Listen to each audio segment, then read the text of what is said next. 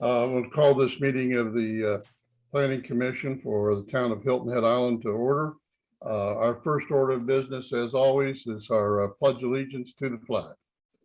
Let's join we in saying, I pledge allegiance to the flag of the United United States of America and to and the to the republic for which it for which it stands, stands, one one nation, nation, under God, indivisible, indivisible, with with liberty and justice for all.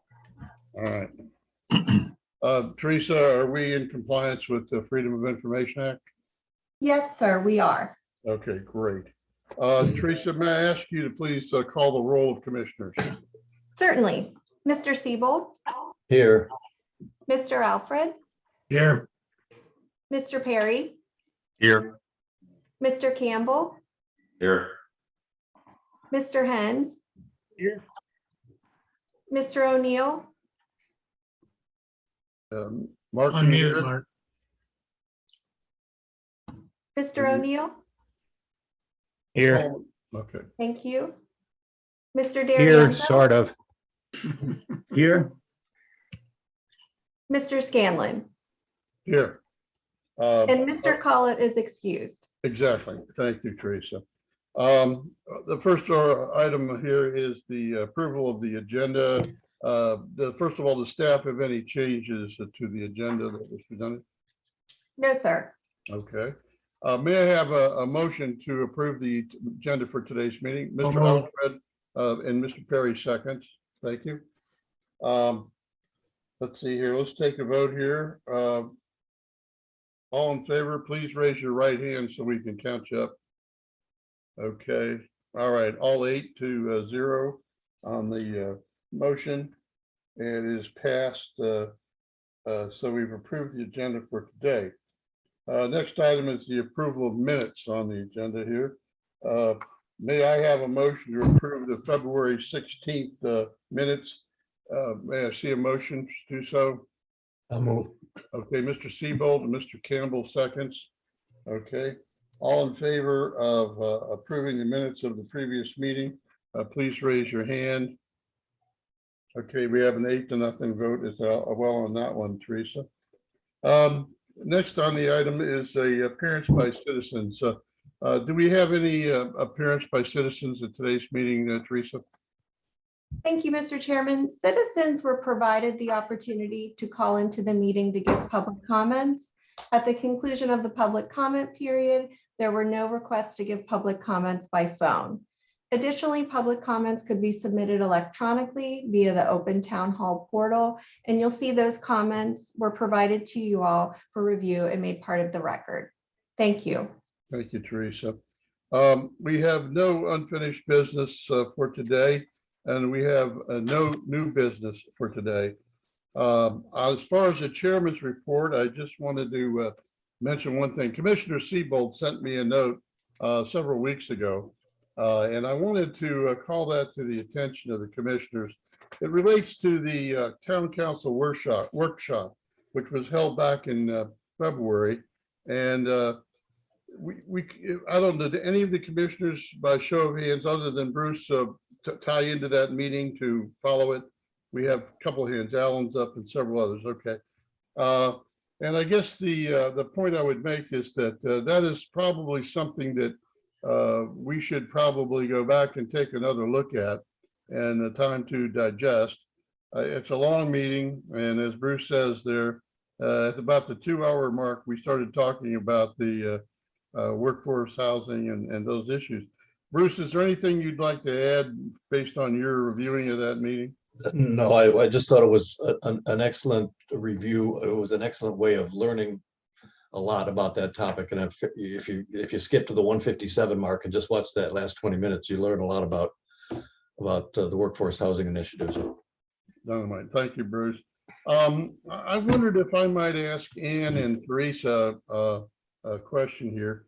Is it possible that, I don't know if we've had this before, or maybe I've misplaced it if it was given to me, but I wanted to see if we could get a list of town-owned parcels, not subject to the restrictions of bonding, that are not unrestricted in terms of what the town can do with the land, I wanted to get a list of parcels, like 10 acres and over, as to that might be other future sites for workforce housing.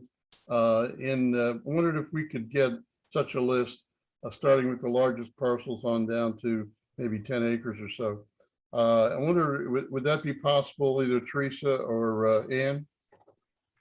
Mr. Scanlon, Ann Siren for the record, great minds think alike. In fact, the town council is currently scheduling a workshop to consider town-owned property. Staff has been hard at work developing a dashboard to consider all of those properties, and we'd be happy to provide a list to you based on the direction of the community development director. Thank you. Okay, great. Thank you, Ann. I appreciate it. I know that's a subject that's close to the hearts of those of us on the planning commission, and we would like to kind of keep track of what's going on in that regard. With regard to the committee report, chairman's report, also in addition to Bruce's comments on the workshop, I noticed that we have 2 members of our commission who are throwing their hat in the ring for elective office. Mr. Perry has announced that he's running for mayor, and Mr. Alfred is running for town council. And so we wish them well in their endeavors, and hope that they will take with them what they've learned on the planning commission to their elevated positions in the future. Also, one other thing is, in the written comments that were put into the record for this particular meeting, there was a comment by Mr. Owen Amber with regard to the comprehensive plan and giving more public updates to that plan. And Mr. Amber is a very conscientious citizen, was involved in our planning process all the way through. And I do think that that's probably a good idea. And I would ask Mr. Campbell and the members of the Comprehensive Plan Committee to maybe work with staff and find out what materials are already available with regard to our plan and the checklist of things as we move through maybe a semi-annual report back to us with regard to what progress we have made on elements of the comprehensive plan, at least during the past year, so that we can keep the public apprised that it is not just sitting on a shelf somewhere, that the town is using it as a live document. Under committee reports, CIP, anything, Mr. O'Neill?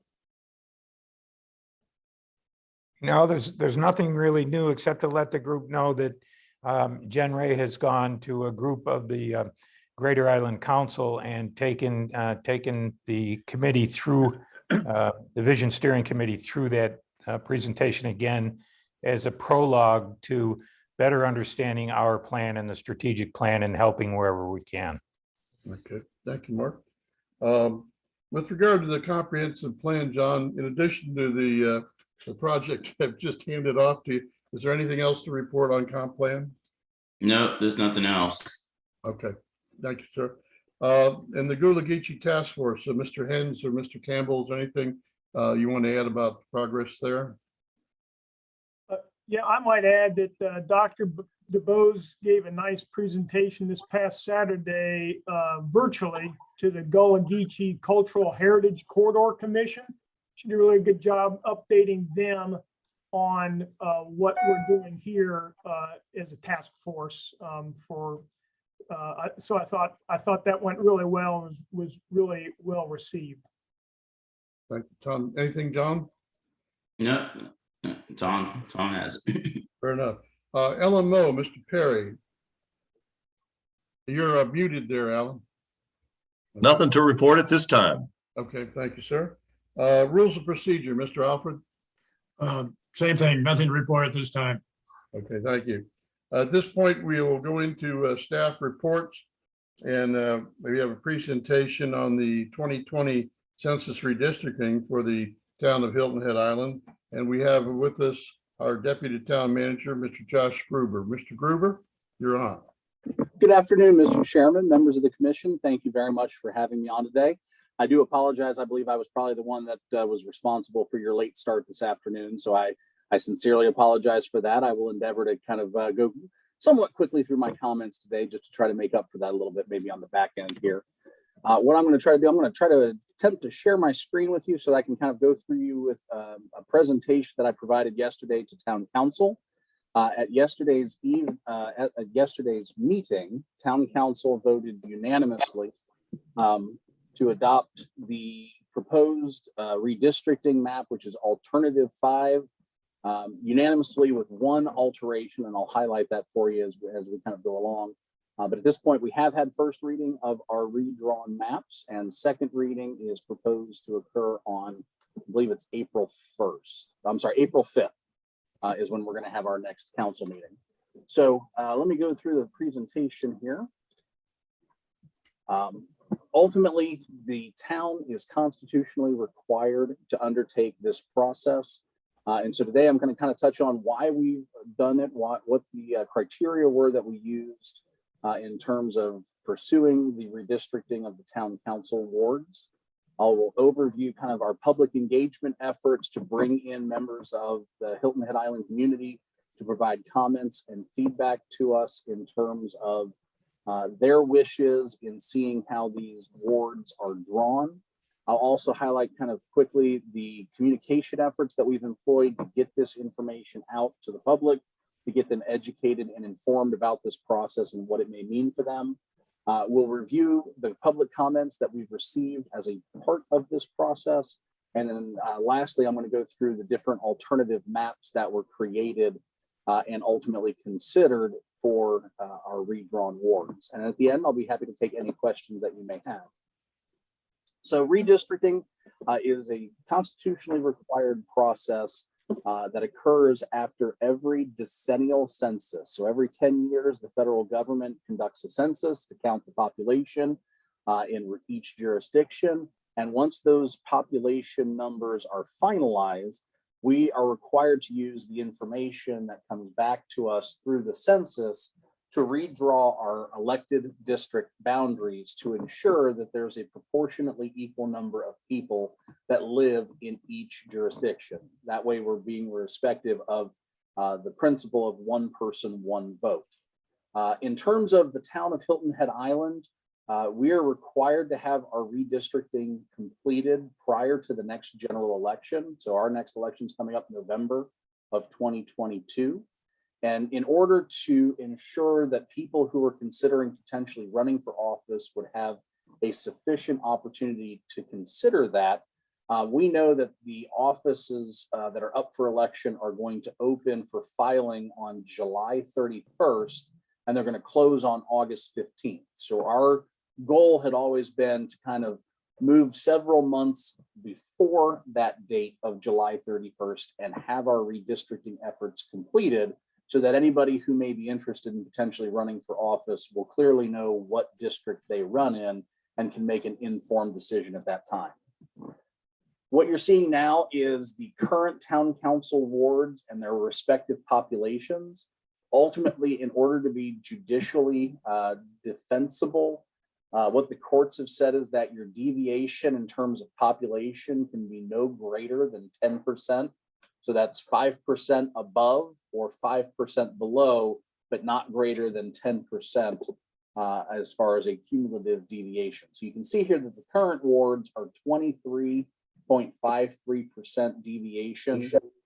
And what that means is we're required to redraw these boundaries. We cannot leave them in the current condition because they would not be judicially defensible. Here's a map showing what those current ward boundaries look like today prior to redistricting. And in order to begin this process, Town Council authorized the GIS, our Geographic Information staff, to perform a preliminary map that redrew these ward boundaries so that mathematically they would be compliant with those requirements. But again, only for purposes of beginning this conversation. And so in order to do that, staff came up with this map.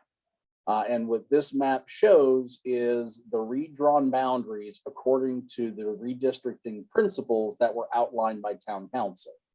And the redistricting principles are that the districts must be of an equal population so as to comply with the Equal Protection Clause, that they comply with the Federal Voting Rights Act, which ensures that minorities have an equal opportunity to elect representatives of their choice, The districts must be drawn contiguously so that all parts of the district are connected to each other. You can't have one part here and another part, kind of a satellite part someplace else.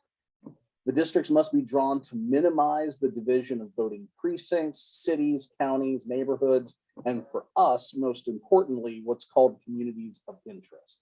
So those come down to neighborhoods, groups of similar people, groups that are demographically similar to another. There's a number of different ways in which you can define communities of interest, but for our purposes, understanding where those communities may exist on the island is one of the things that we wanted to be very respectful of as we redrew these boundaries.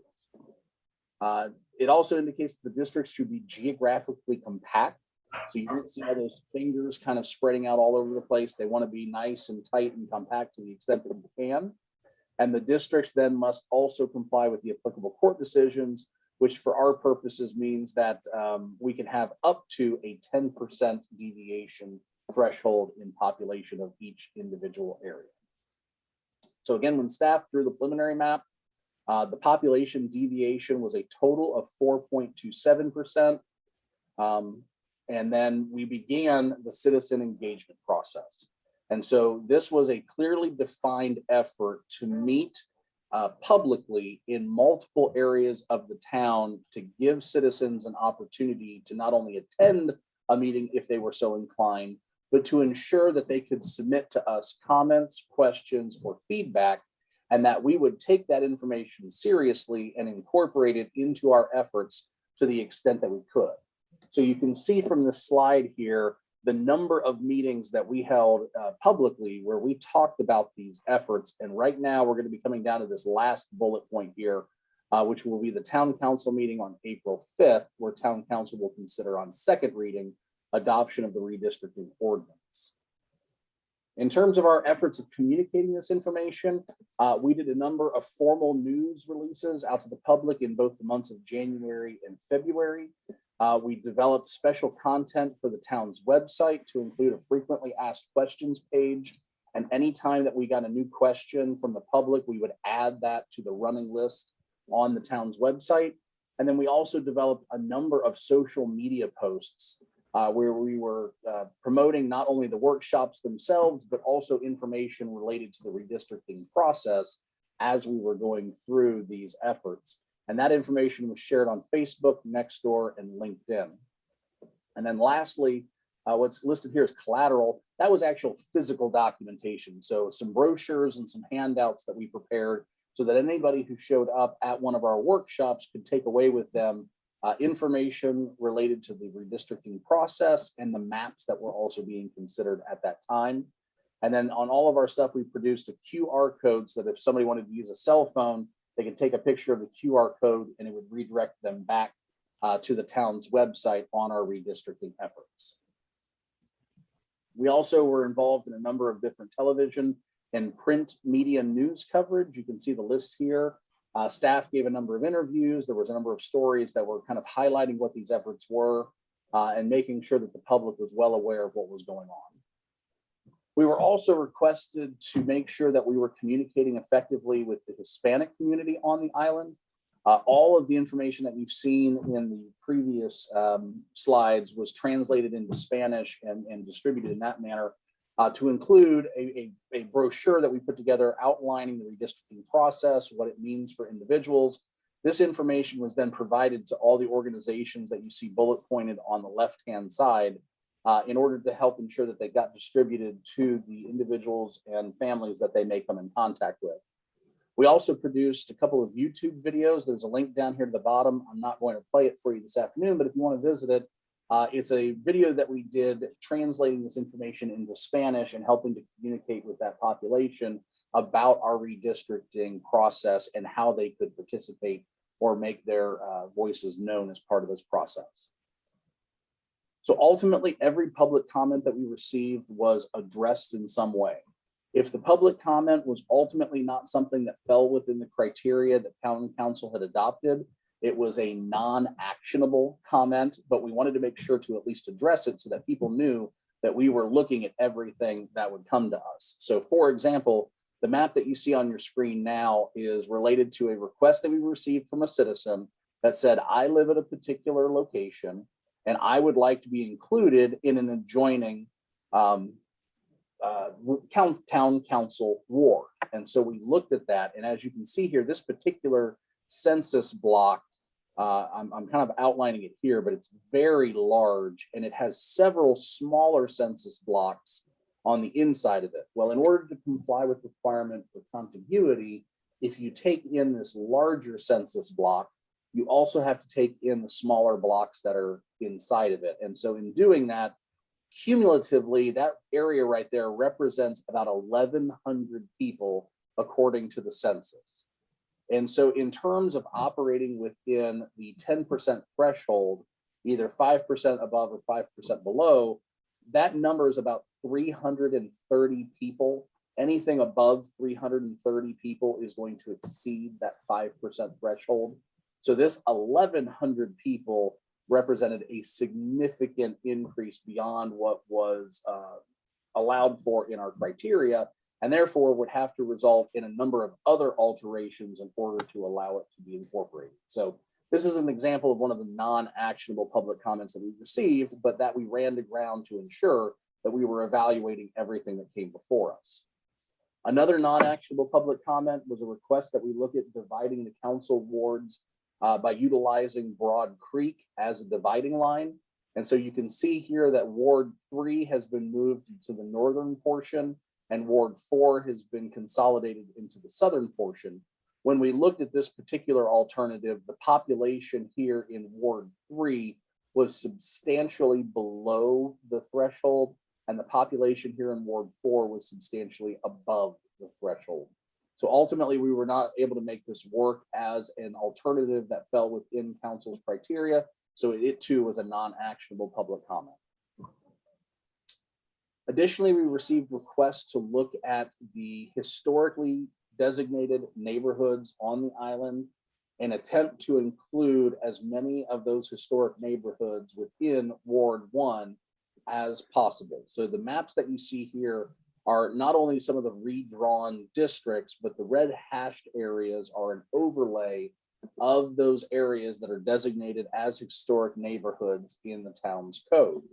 And so in looking at these areas, you'll see that a number of them already are included in the Ward 1 area, but we looked at those that are on the perimeter. And again, in order to ensure that there's contiguity and in order to ensure the population numbers remained within that 10%, we looked at every additional parcel that was not already in Ward 1, and we were not able to identify any additional census blocks that represented historic neighborhoods that we could bring into Ward 1 that would have remained below that 5% population threshold.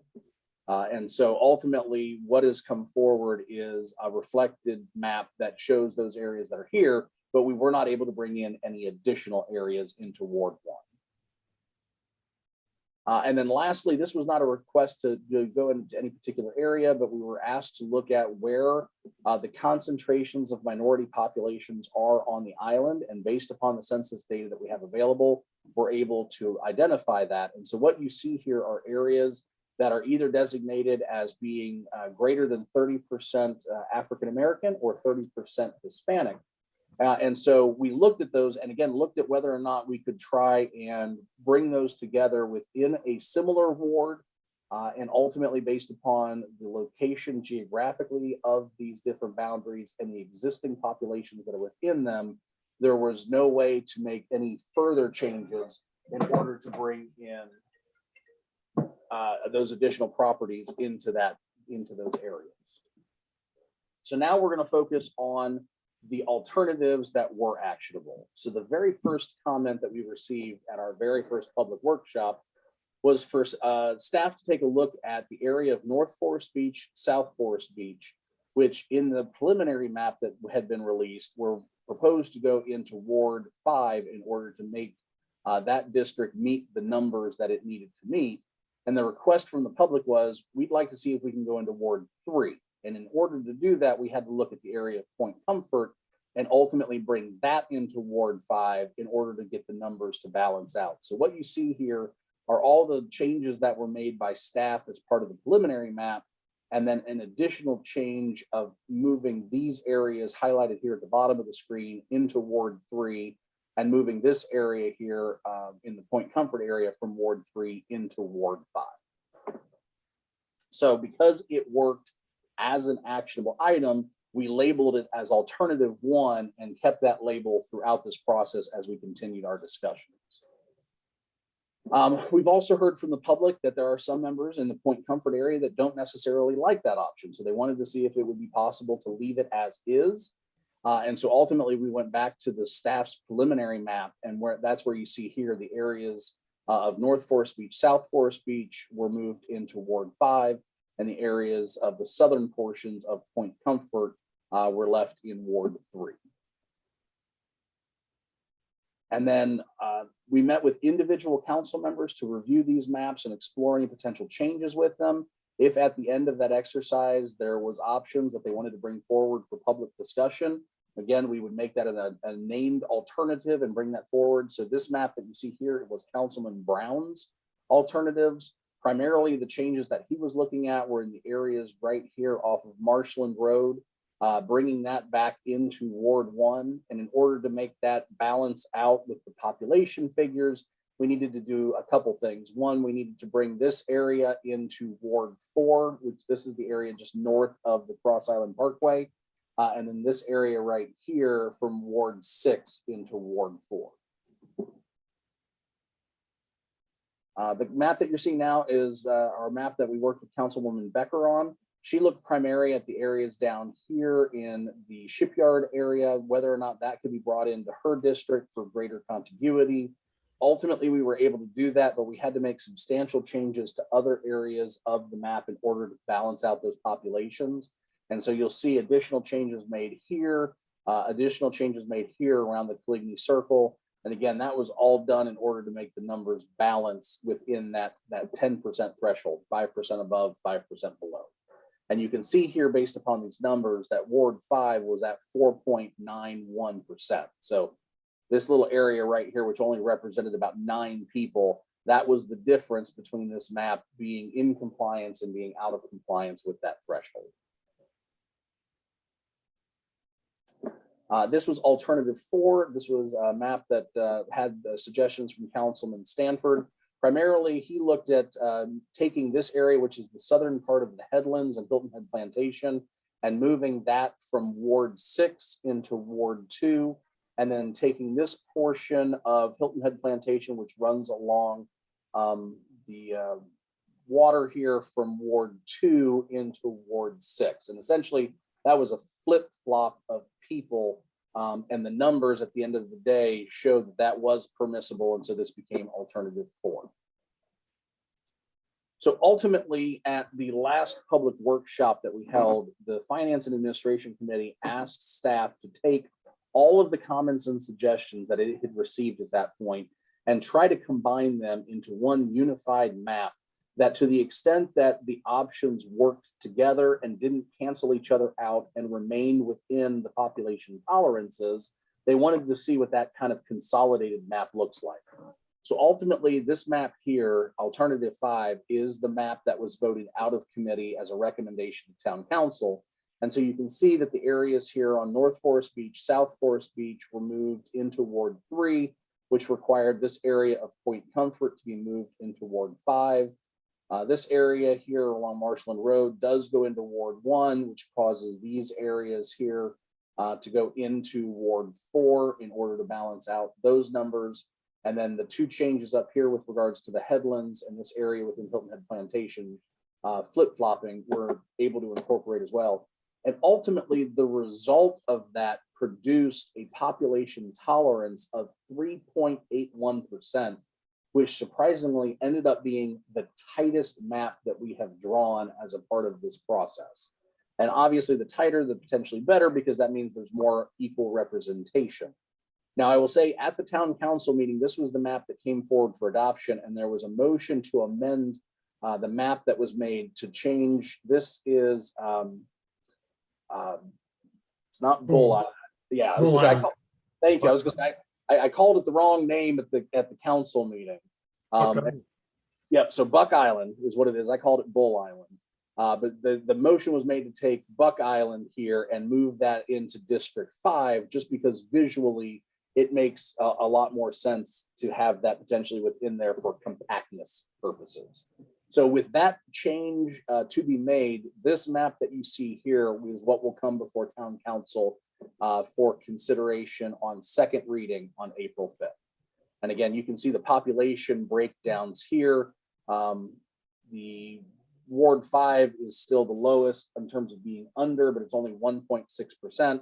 And Ward 1 is the highest in being over, but it's only at 2.1% for a total deviation of 3.81%. So that brings you up to date on our redistricting efforts, and I'll be happy to answer any questions that you may have. Thank you, Josh.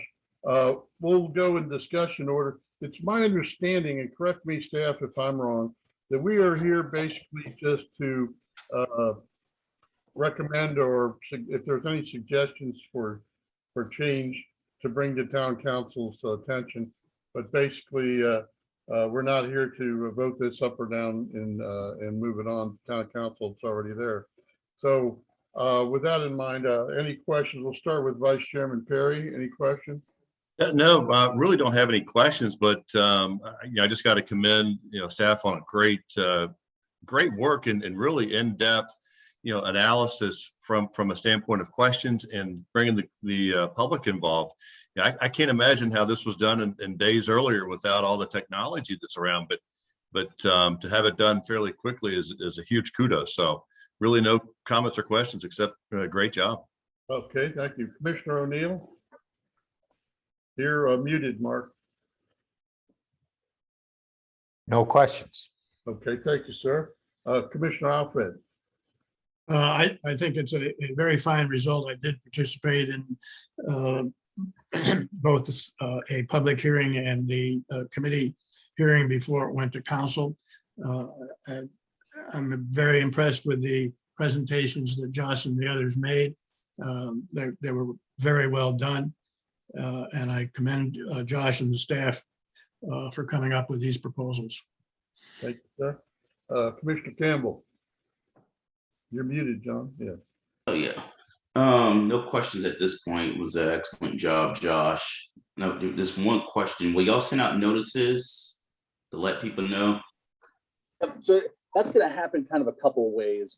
From a very formal standpoint, once the final ordinance is adopted by Town Council, we will transmit that to the Beaufort County Board of Elections and Voter Registration.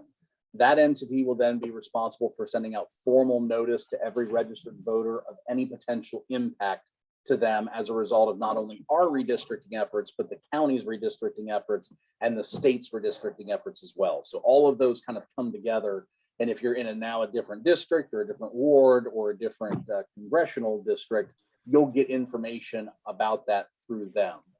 From a town standpoint, we're going to be working on publishing this information here locally to make sure that citizens are aware of the updated maps, where they can get additional information, and then if they have any questions, how they can reach out to us so that we can answer any questions that they may have. Okay, thank you. Commissioner Siebold? No questions. I do want to join those who have congratulated you on a good job, though. Well done. Great. Commissioner Hens? No questions. All right. Commissioner Collin is not with us today. Commissioner D'Arienza? Very thorough job with some very tough parameters. Well done. No questions. Same here, Josh. You and the folks that worked on this are to be commended to get within those kinds of tough restrictions and with a town this size. And it's I know I've been in redistricting things before in other states, and I can tell you it can be quite a battle, but I think you handled it well and peacefully. Congratulations. Thank you very much. Thank you for being with us today. Our next item on business is a quarterly report. Ann Siren will give us, who's our interim comprehensive planning manager, will give us a quarterly report. Thank you, Ann. Yes, thank you, sir. A few notes on the quarterly report. The Greater Island Council landfill resolution will be considered by the Community the Community Services and Public Safety Committee on March 28th. We did have a couple of street name applications, and then there's some updates on upcoming or on ongoing capital projects. And if you haven't already, I would encourage you to visit the town's website and review the capital projects dashboard. It's extremely enlightening. It contains a tremendous amount of information. I think that'll help keep you up to date. And if there are any questions, I'd be happy to answer them. Okay, any questions? Mr. D'Arienzo, we'll start with you. Any questions for Ian? No, sir. Okay, Mr. Hens? No. Okay, Mr. Seabolt, No questions. Mr. Campbell, No questions. Mr. Alfred, No questions. Mr. O'Neill, Just a comment, and to reinforce what you've said, you can go online at this point and look to any level of detail that you want to, not only on the capital plan, but on all the strategic plans and how they relate. It's really fantastic to be able to dig that deep and get the answers to your questions. So kudos. Mr. Perry. No questions, no comment. Okay, at this point in time, I am reaching for my cigar since I don't have a gavel. And I'll say that this meeting is adjourned. Thank you all for your participation.